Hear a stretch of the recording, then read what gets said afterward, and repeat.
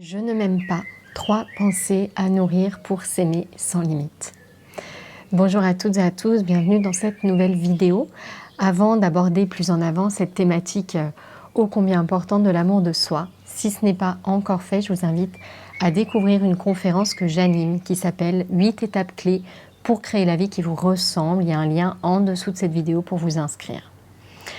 Alors l'amour de soi, c'est vraiment une thématique qui est très importante. En fait, c'est le cœur de notre cheminement. Alors on peut prendre notre cheminement personnel et spirituel par tous les angles, en commençant par tout un tas de portes d'entrée différentes. À un moment donné, l'amour prend place. L'amour devient le grand passage incontournable pour la simple et bonne raison que notre nature, c'est l'amour. Un amour sans condition. Et donc dès lors qu'on a envie d'avancer vers nous-mêmes, d'oser être qui l'on est, quelle que soit même, j'ai envie de dire, la fréquence à laquelle on vibre, on parle et on s'intéresse à l'amour de soi. Il y a un autre phénomène qui se présente sur notre chemin, c'est qu'on s'aperçoit de la grande injustice qu'il y a dans notre vie. On aime tout un tas d'autres personnes, on prend soin de tout un tas d'autres personnes, nos amis, nos enfants, si on est parents, mais quand il s'agit de soi, on est dur, on est critique, on ne se soutient pas, on se juge, bref, on ne s'aime pas. Et ça, c'est un énorme obstacle, forcément, sur notre cheminement, sur notre épanouissement personnel et au-delà, dès lors qu'on s'aventure, qu'on chemine spirituel. Alors la première chose qui fait qu'on ne s'aime pas, c'est parce qu'on vit notre vie du point de vue de notre mental. Notre mental qui a accumulé tout un tas de messages, tout un tas d'injonctions, notre mental qui classe les choses, notre mental qui a besoin de comprendre pour appréhender les choses. Or, l'amour ne se comprend pas, c'est quelque chose qui se vibre, quelque chose qui se ressent. Et donc ici, on a une limite forcément quand on s'intéresse à l'amour de soi, quand on prend notre développement personnel, comme on a pris un petit peu tous les grands domaines de notre vie, apprendre plein de choses, c'est qu'on voit bien que notre mode de fonctionnement habituel, il pose un peu question en fait quand on se heurte à l'amour de soi. On peut ajouter du savoir, on peut ajouter des astuces, on peut ajouter des clés. Si on a du mal à débloquer quelque chose, on va tourner en rond, on va avoir le sentiment de faire beaucoup d'efforts et qu'il nous manque quelque chose. C'est pour ça que dans cette vidéo, j'ai eu envie de vous proposer en fait un éclairage sur 3 pensées limitantes que vous avez aujourd'hui à propos de l'amour et de vous-même et 3 façons de transformer ces pensées en sortant en réalité, vous allez le voir, un petit peu de ce paradigme, en sortant finalement du mental, du point de vue du mental pour aller se relier à un autre point de vue. Un point de vue, on pourrait dire, plus profond ou plus élevé et qui fait réellement ensuite la différence.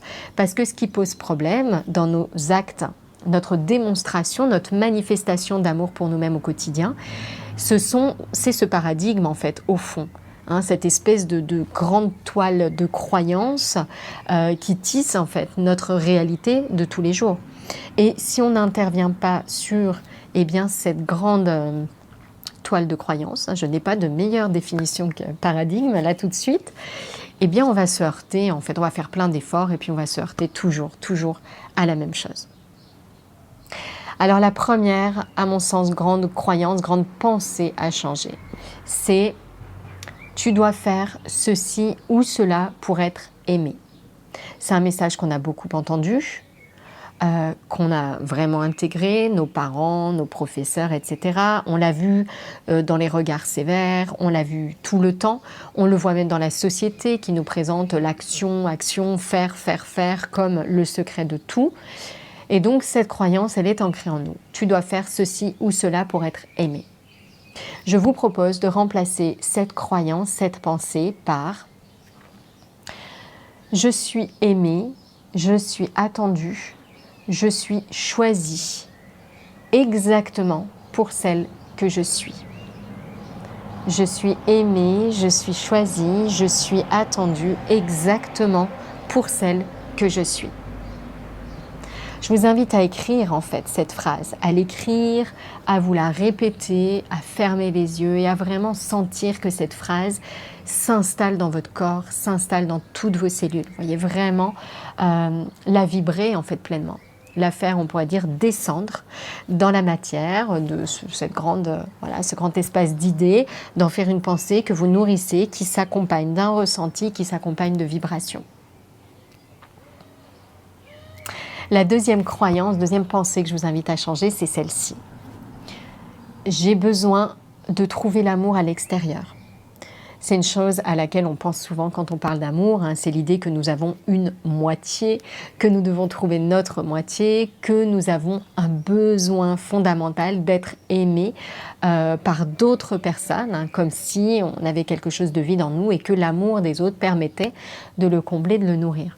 C'est une belle façon de voir les choses, c'est une façon habituelle de voir les choses, mais elle pose un certain nombre de questions. Donc je vous invite à remplacer cette pensée-là par « Je me nourris d'amour, je me remplis d'amour » jusqu'à découvrir que cet amour que je cherche ailleurs, je le suis. Je me nourris d'amour, je me remplis d'amour jusqu'à découvrir que cet amour, je le suis. Donc ça, c'est vraiment une autre... Vous voyez bien ce changement de paradigme. Hein, on ne raisonne plus de la même façon, on n'est plus sur la même vibration, on se relie à autre chose, on prend de la hauteur, on est ici, on pourrait dire, du point de vue de l'âme, du point de vue de l'univers, du point de vue de l'amour. La troisième pensée que je vous invite à transformer, elle est très importante aussi parce qu'encore une fois, elle nous maintient vraiment dans ce paradigme limitant hein, qui nous empêche à un moment donné de nous épanouir, de nous développer, c'est celle-ci. Il y a ce qui est aimable et ce qui ne l'est pas. Ça, c'est notre façon habituelle de voir les choses et chaque fois que je dis l'inverse, je me heurte à des résistances, les résistances du mental. Quand même, il y a des gens qui font des choses horribles, je vais quand même pas les aimer, je vais plutôt les éviter, etc. Donc, changer cette idée-là, qui est l'idée d'un classement, l'idée d'une hiérarchie, la transformer par ceci. Tout le monde mérite d'être aimé, tout le monde est aimé, nos souffrances sont le chemin. Tout le monde mérite d'être aimé, tout le monde est aimé, nos souffrances sont le chemin. Elle est très importante, on pourrait dire cette nouvelle pensée qui va être vraiment à cultiver, encore une fois, à nourrir, à faire vibrer, à faire résonner dans votre corps. Elle est très importante parce qu'elle sort de l'idée habituelle qu'on a de l'amour. Il y a les personnes qu'on aime, il y a les personnes qu'on n'aime pas. Parfois même la même personne, hein, on l'aime au début, puis à la fin on l'aime plus. Et elle nous invite à voir l'amour autrement. L'amour ne fait pas de demi-mesure, l'amour ne fait pas de classement. Et si j'exclus quelqu'un de mon champ d'amour, en réalité, j'exclus tout le monde de ce champ d'amour. Je m'exclus moi-même et j'exclus aussi les autres. Et puis, quand on apprend à s'aimer soi-même, bien souvent on a cette tendance-là qui revient. J'aime ce qui est beau en moi, par contre j'aime pas ce qui est moche. Je le cache, je le masque, je l'enfouis sous le tapis en espérant que ça ne ressorte pas. Bien sûr, on voit beaucoup ça sur les réseaux notamment, on met des belles photos de soi. Regardez, moi-même, avant de faire cette vidéo, je choisis un joli angle, une jolie lumière, etc. Et donc tout ça, ça peut venir en fait, on pourrait dire arroser encore un peu plus hein, cette graine de pensée, cette graine de réalité, hein, en vrai, qui est que y a les belles choses, puis il y a les moches choses. Et l'amour, c'est ce qui est beau. Et donc, c'est important de sortir de ce paradigme pour aller se connecter à autre chose. Donc, cette troisième pensée, je vous invite encore une fois à la nourrir, à la vibrer, pour pouvoir agir sur ce non-amour de soi, mais de manière plus profonde, avec davantage de hauteur, parce que c'est là, en réalité, que prennent naissance nos actions, c'est là que prennent naissance nos besoins, c'est là que prennent naissance nos pensées, nos émotions, et donc tout ce qui fait ensuite notre réalité, parce que nos pensées sont le premier niveau de création. Voilà ce que j'avais à cœur de vous partager si vous avez le sentiment de ne pas vous aimer. Je vous invite encore une fois, si ça résonne en vous tout cela, eh bien regardez la conférence que j'ai citée au début avec ces 8 étapes pour créer la vie qui vous ressemble, où on parle bien sûr d'amour de soi, mais pas que, parce que pour moi, notre cheminement personnel, spirituel, il repose sur un certain nombre de piliers qui sont vraiment complémentaires. Je vous souhaite une belle fin de journée. Merci pour votre écoute et votre soutien.